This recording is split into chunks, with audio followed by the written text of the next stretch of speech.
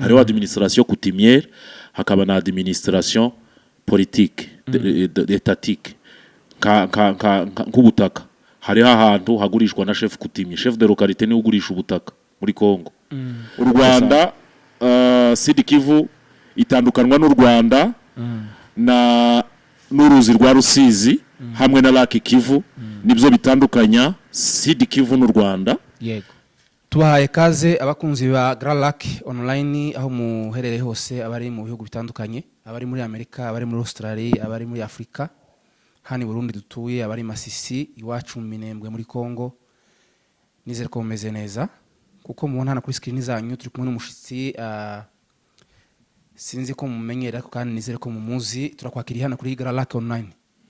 Murakoze. Urashaka kutwibwira kuburambuye kugira ngo abantu bashe kumenya abatakuzi bakumenye n'abakuzi nabo babashe kukwibuka bitewe n'ukuntu uzaba twibwiye. Murakoze nitwa Mugemanyi Kabatiza ndo munyamurenge sinzi ko nibwira na muci wacu mu Kinyamurenge ya nibyo byiza ndo munyabyinshi ngomoka mu Minembwe ariko untuye muri diaspora yego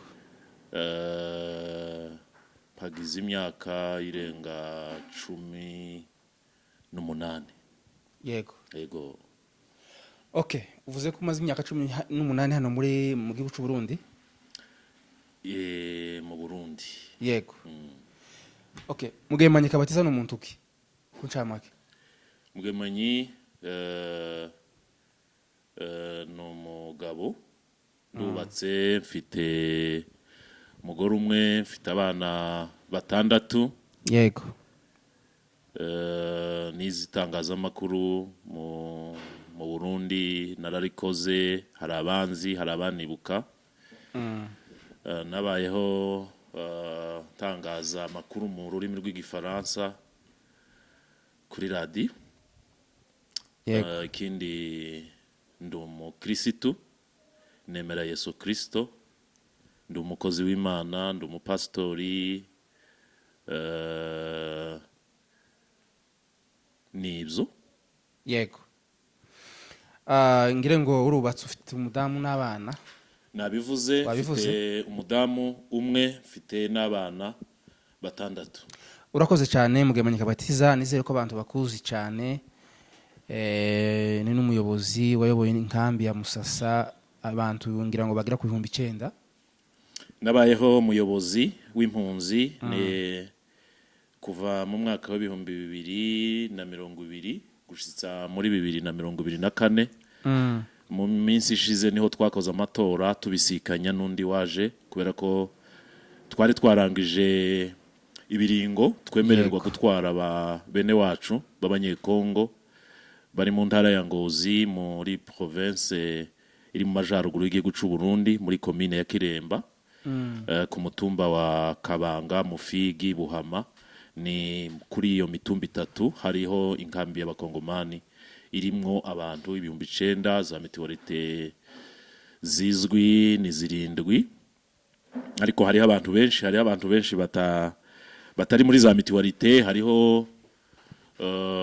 abavuye kure ugasanga ari bakeya batashobora kugira mituwalite bakiyunga ugasanga hariho mituwalite z'abantu b'abatokambari bakiyunga ari za mituwalite nka 4 ariko haramukagera nko kuri 15 yavuye muri territoire zitandukanye zo muri Sud Kivu abandi bavuye mu province ya Nord Kivu abandi bavuye muri za Holomami hari abavuye muri za Katanga hari abavuye muri za Kindu bavuye hatandukanye yego urakoze cyane none se iyo myaka 18 ugeze hano mu Burundi niki wahigiye nk'umuyobozi wayoboye izo mpunzi zingana gutyo nizere ko ufite experience niki wahigiye ushobora gusangiza abandi bantu kugira ngo tuje kuri po ya mbere? Nahigiye ibintu byinshi imyaka nabaye mu Burundi ntiyapfuye ubusa nahigiye amashuri ya humanité mpigira université nahigiye n'amaformation atandukanye mu bintu bitandukanye niho novuga ko ariho nakuriye mbese nashitse mfite imyaka 20 urumva ko nahigiye byinshi hafi y'ibyo mfite uyu munsi byose ni mu Burundi nabikuye. Yego. Okay, urakoze cyane. Turakwakiriye hano kuri Gralac online, nizere ko twakwakiriye n'ubundi tugiye kubaza ibibazo bitari byinshi, ariko kandi harimo amasupwe, harimo A na B na C, kuko hari umuntu abazi gundi kibazo ugasanga ni kinini ariko ukivuze kumva ni gito. Ikibazo ca mbere, wavuze kuko wavukiye muri Sud Kivu. Yego. Urashaka kutubwira Sud Kivu uko iteye, kuko byari byose nubwo utavuye uri mukuru cyane ariko wavuyeyo umaze kumenya ubwenge. Yego, Sud Kivu ni mwe mu ma province 26 agize Republika Iharanira Demokarasi ya Kongo. Republika Iharanira Demokarasi ya Kongo ni gihugu ca kabiri muri Afrika, tukiciga hariho cari ca gatatu ku bunini, hariho Algeria. Yego. Nico cari igihugu ca mbere, nubu nico ca mbere, hakabaho Sudan. Ariko mu myaka ya vuba Sudan yacitsemo kabiri, habaho South Sudan na Sudan y'Amajaruguru na Sudan y'Amajepfo. Hanyuma hasigara rero Kongo niyo ubu igira kabiri mu bunini. Hanyuma ifite ama province 26 Kongo. Mbere yari a province 11. Igihe twize yari akiri 11, ariko ubu habaho indi decoupage nshasha ifite ayandi ma province yiyongereyeho. Hanyuma Sud Kivu ni province imwe muzahahoze. Mbere yari muri province ya Kivu, kera yari igizwe na Maniema na Nord Kivu na Sud Kivu. Uyu munsi ni zitatu, ariko mbere zari zigize province imwe. Hanyuma province ya Sud Kivu ni nini cyane, iri mu burasirazuba bwa Kongo hamwe na za Nord Kivu na za Maniema. Sud Kivu ifite superficie y'ibirometero 69,000 ku kilometero kwadrato. Ni nini cyane, ni hafi ya za Republika nyinshi zo muri Afrika, ni iraruta ibihugu byinshi byo muri Afrika. Nguhaye akarorero, muri Gralac hariho u Rwanda rufite ibirometero 2,026 kilometero kwadrato. Yego. Sud Kivu ikagira ibirometero 69,000. Ubwo ni 130 kilometero kwadrato. Urumva ukuntu iruta u Rwanda. Uburundi ni 27,000 kilometero kwadrato. Hariho utundi hejuru 338. Hanyuma haheruka recensement tukiri bato muri 97 niho habaye recensement. Ico gihe Sud Kivu yari ifite abene gihugu 3,000,000. Ubu baraestima nda recensement rurakorwa kuva ico gihe, ariko bakeka ko Sud Kivu ishobora kuba ifite 3,500,000. Yego. Abanyagihugu. Aho twovuga ko iruta u Rwanda, ikaruta Burundi inshuro 3, 4, 5 zitatu gutyo. U Rwanda rufite 1,12,000,000. Yego. Urumva ukuntu Sud Kivu ifite population ntoya. Yego. Hanyuma Sud Kivu ipakanye n'u Rwanda, igapakana n'u Burundi, igapakana na Tanzania. Yego. U Rwanda, Sud Kivu itandukanwa n'u Rwanda na n'uruzi rwa Rusizi hamwe na Lake Kivu. Nibyo bitandukanya Sud Kivu n'u Rwanda. Yego. Hanyuma igatandukanwa n'u Burundi na Tanzania na Lake Tanganyika. Hanyuma Sud Kivu mu bijanye n'uburyo bw'inzuzi, Sud Kivu ifite inzuzi nyinshi zikomoka mu misozi miremire. Hari imisozi myinshi muri Sud Kivu. Inzuzi nyinshi zituruka mu misozi, hanyuma zikamena amazi yazo mu biyaga nka Kivu, Tanganyika, muri Rusizi nayo ikamena muri Tanganyika, izindi zikamena mu ruzi rwa Lualaba.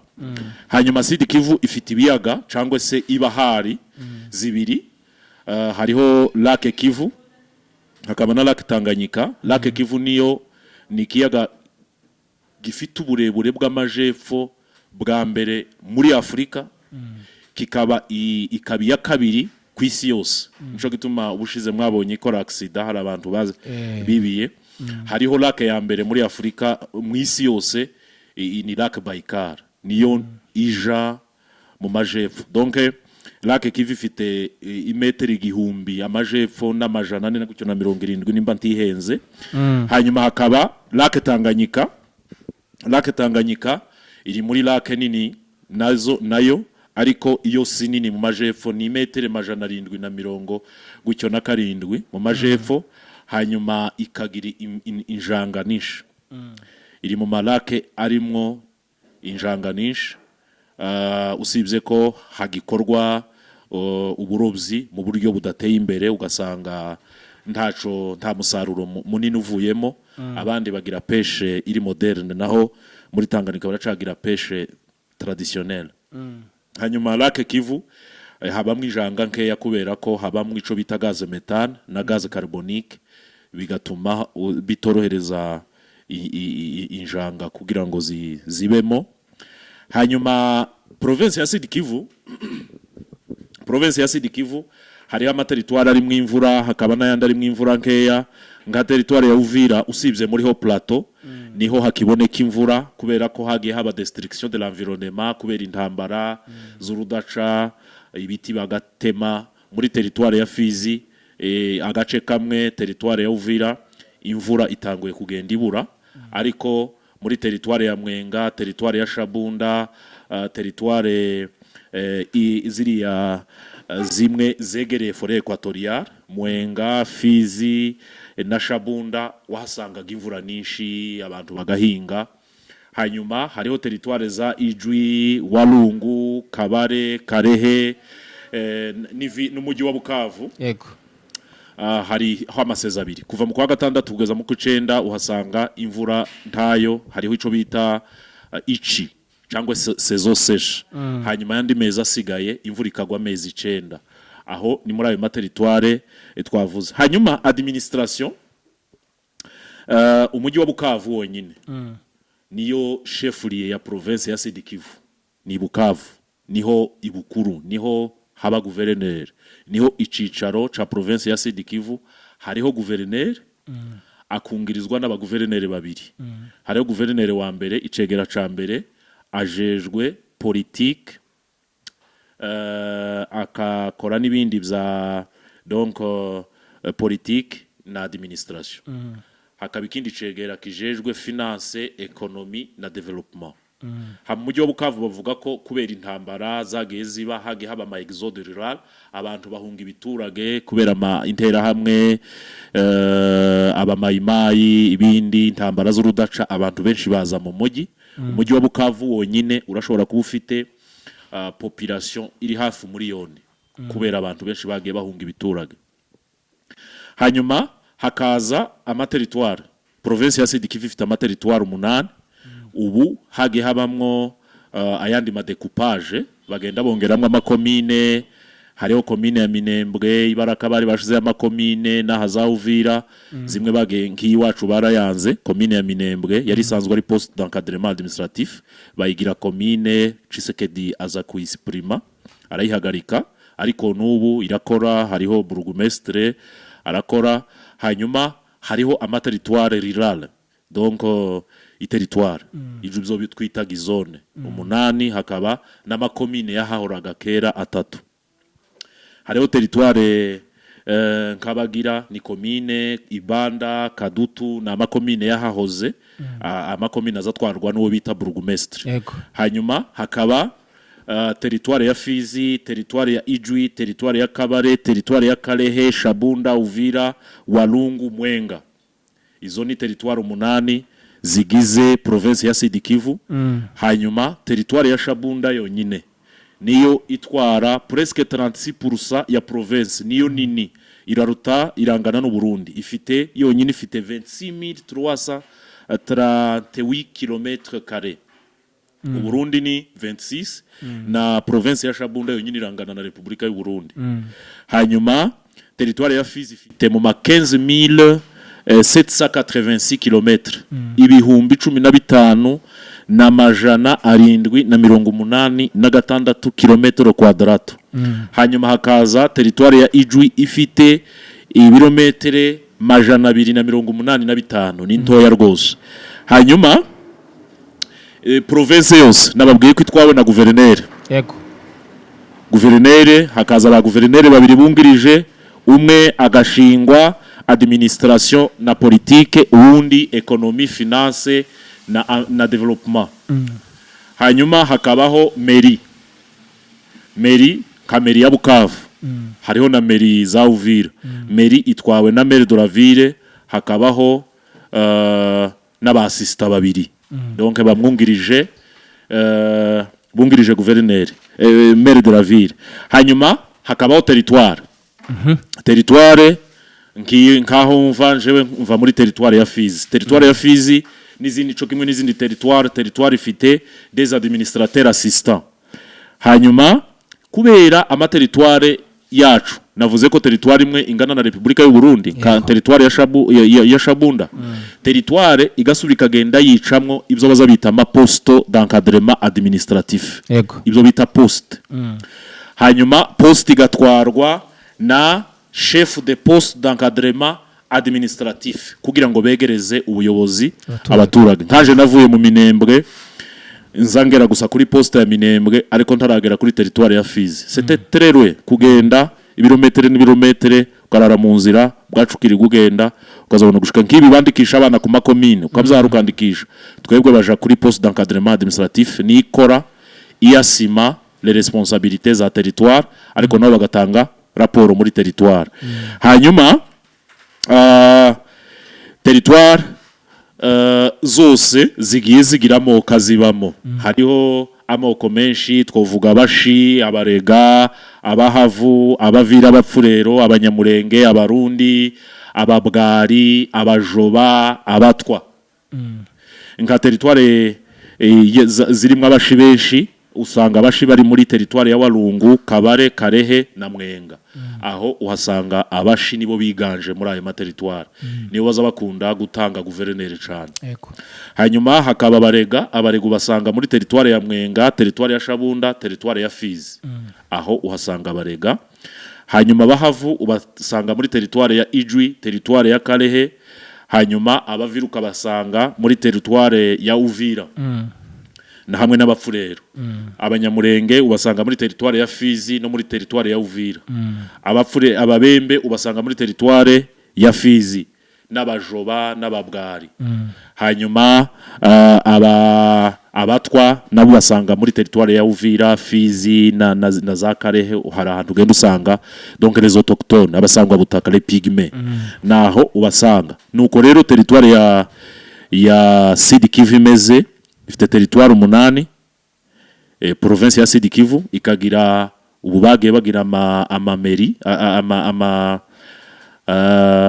abakomine na Minembwe yari irimo hamwe yatanguye gukora. Minembwe barayihagaritse, ariko ayo makomine ayo materitoire nayo usanga arimo ico bita les collectivités, les secteurs. Secteurs zikabamwe ico bita les groupements zikabamwe ico bita les localités cyangwa se les villages. Secteur itwawe na chef de secteur, groupement itwabwa na chef de groupement, abo n'abakutimye. Hama localité igatwagwa na chef de localité. Abo bose bagenda bahana amaraporo. Merci beaucoup. Nka collectivité ico bita secteur, reka nguheza akarorero nimba muzi mu Minembwe commune de Minembwe. Akarorero hariho ka Minembwe ibarizwamwo amasecteur, harimo amasecteur 5. Tuvuge nko mu Madegu centre kugenda za Kabingo za Muzinda ukarenguka Rurenge ni muri secteur de Rurenge.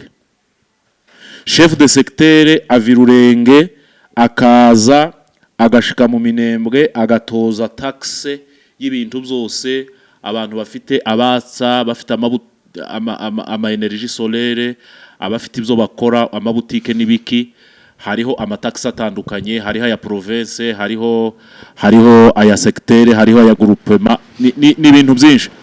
Nk'igakenge za Kalongi ni muri secteur ya Mutambala, hariho za Rugezi, za Gakangariri urenguka za Rugezi, hari ibice bimwe bya secteur ya Nganja, hagira undi kwa Bikino hose kwa Mitabu ni ukurenguka, siege yabo ni mu Gipupu kwa Kininga Kiki secteur d'Itombwe, hariho abandi ba secteur ya Nganja, donc ni Nganjiriya, hariho secteur de Mutambala ifite siege Baraka, hariho na siege na Rulenge nayivuze, Mutambala Tanganyika. Donc ni découpage itwarwa n'abachef coutumier.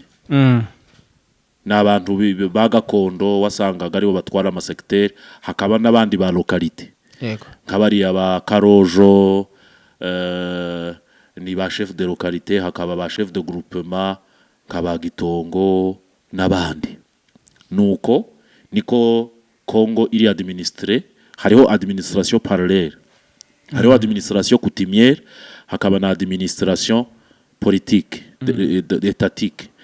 Nk'ubutaka hariho ahantu hagurishwa na chef coutumier, chef de localité ni ugurisha ubutaka muri Congo, ugasanga agurisha ubutaka agagusinyira, ugatanga ifaranga, hamukaja kwandikisha muri leta, ariko chef de localité ariwe wahaye note. Nuko niko sidikivikoze. Okay, rukoze cyane. Ducunguza uburyo umwanya, hanyuma ikigira kane urumva egereza microphone udukumbuje iwacu. Ariko se ko tumaze imyaka myinshi hano mu bihugu by'amahanga, reka mbyite gutyo, gusubirayo ubona biri hafi, bizoca mu ihenzi. Ndabanza mpere kuri iryo waruvuze ngo dukumbuje iwacu. Yego. Abongereza bavuga ngo there is no place like home, tahandi heza nk'iwanyu. Kandi heza hagizwe heza nabi wabo. Ukuzawumva ngo Etazini, Floride, za beach za Floride, za Casamance muri Maroc, za beach hehe, aho wumva ukumva ari heza, hagirwa heza n'abantu beneho abahavukiye, abandi bakaza muri tourism. Iwacu reka mpere iyo dutuye aho tugize iminsi. Iwacu umuntu azaragira inka ashaka. Iwacu le forêt sola, ibiti ino cabona ibiti kavukire, ibiti naturel, le forêt naturel. Tiwote maguru kushaka. Iwacu hariho imisozi itabaho abantu. Nakubwiye ko territoire province ya Sud Kivu ni 69000 km². U Rwanda ni 26000, ariko rufite 12 millions. Kurumva ubwo butunzi. Yego. Nukuvuga ngo twebwe za Mibunda, za Rurenge, za Ndondo, za Ndobo, hehe ugenda amakilometre de kilometre hatariho abantu. Kandi ukahasanga ibyatsi biri naturel. Waragira inka zijya ubwatsi buri diversifié, ariko inusanga inka iri mu gipango bayiheza ibitoke. Amata wazu yareba mu gikombe ukabona arasa n'ibitoke. Ariko iwacu inka zirya ubwatsi butandukanye, mu buryo n'abantu baho usanga umuntu amwe amata akageza imyaka 120. Nigeze nkora ubushakashatsi kuri internet, barambwira ngo umuntu wabayeho imyaka myinshi kwisi ngo n'umwongereza akazi yagejeje imyaka 115. Yego. Iwanyu nta muntu warengeje iyo myaka 120 bazabayigeze. Ise wa Rudoviko hano dutuye afite imyaka ingahe? Mbere guriya musaza afite imyaka ingahe? Aracagenda agakora siporo akava hariya dutuye akagera imuyinga. Afite imyaka 100 irenga. Ariko aho dutuye uzogenda ukorere sansema wirukanke mu misozi uzamuke, uzondebere ko wasanga umuntu w'imyaka 110. Nukuvuga ngo iwacu ntihabaho urakomereka ntuja kubitaro ngo gutere vaccine urushinge rwa tetanus, kubera ko nyapa meme de virus, kubera ko inka zirarisha nta nka zigwara ibituntu ariko ini nk'isohotse ikarisha kabiri kangahe igwara igituntu paske abantu bari partout abantu baruzuye naho iwacu urazerera mibunda amarundo ugasanga inka ziri ku musozi ukagenda de kilometre kugira ngo ushike ku nzu ubwo nibwo butunzi bwa mbere dufite ubutaka ikigira kabiri hydrography iwacu usanga uruzi ku musozi ukazurangiza hasi ariko iwacu usanga uruzi rubonerana kurantegera yego amafore iwacu aracarimwe inyamaswa nukuvuga ngo iwacu kugira ngo hazobe heza ni wewe naje nukuhubaka nukwa investisa ukuronka uburyo hama leta nayo ikazakora ibyayo ikazana umutekano abanyagihugu hamwe na leta hama abantu bari muri diaspora abubaka mu mahanga reka mbabwire anytime hari amategeko ashobora gusohoka bakavuga ngo umunyamahanga yemerewe gutunga inzu 50 après 50 ikaja mu maboko ya leta yego hariho benshi bazambuwe bakazamburwa mu buryo budasobanutse kubera ko atari iwabo abo ntavuze aho ntavuze amazina uku uinvestisa mu mahanga ibintu byiza niko ba nyiri ibyo bihugu bagira jalousie ariko imuhira ni muhira no kubaka iwacu tukahubaka amazu meza ni iwacu niho hari bituro by'abasogokuru tukabwira abana amakuru turashobora gusaza ariko abana ntibagahere cyangwa twebwe tuzotaha hanyuma rero kuvuga ngo tuzotaha cyangwa ntituzotaha n'ubushake bw'abene gihugu n'ubushake bwacu umuntu wese afite uburenganzira bwo gutaha iwabo hanyuma ukahaba uko wifuza uharanira uburenganzira bwawe cyo kimwe n'abandi bose même les grandes puissances actuellement Ufaransa bwaciye mu bibazo intambara za Jeanne d'Arc la guerre de Santa haza intambara za Maroyaume ba Charles de Gaulle haza intambara za première guerre mondiale deuxième guerre mondiale hanyuma baricara bagirana amasezerano bashiraho amategeko ubu bateye imbere ibyo ducamwe babiciyemo kera ni question yo kwicara hamwe tukareba uburyo iwacu tuhagira heza amafaranga leta itoza abanyagihugu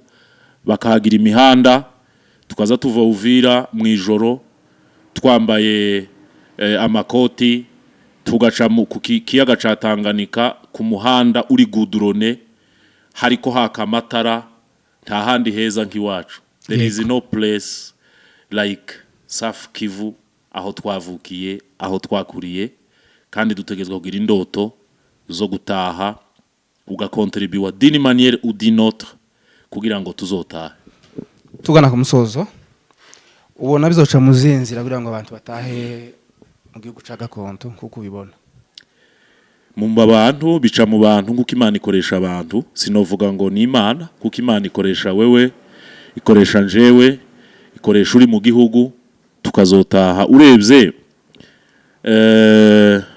abubatse Uganda uyu munsi bigeze kuba bari mu mahanga Museveni yabaye ahatandukanye mu Bwongereza ari impunzi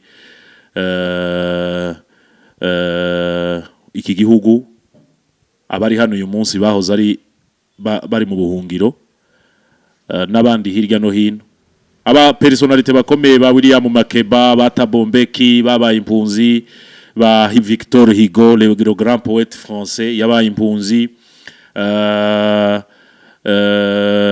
les grands joueurs bakina mu maclub bakomeye ils ont été réfugiés qui autre même Jésus-Christ a été réfugié yabaye impunzi muri Egypte Mahomet yabaye impunzi que dirais-je nukuvuga ngo tuzotaha biciye muri wewe biciye muri nje biciye mu wundi inzira z'Imana ikoresha abantu amahoro akaboneka iciye mu bantu amahoro akabura satani iciye mu bantu urakoze turabashimiye murakoze namwe ibibazo bibiri dusoza ikiganiro cacu kibazo ca mbere ubwenge niki ibavuga ngo ubwenge kuri wewe wumva iki banza ugare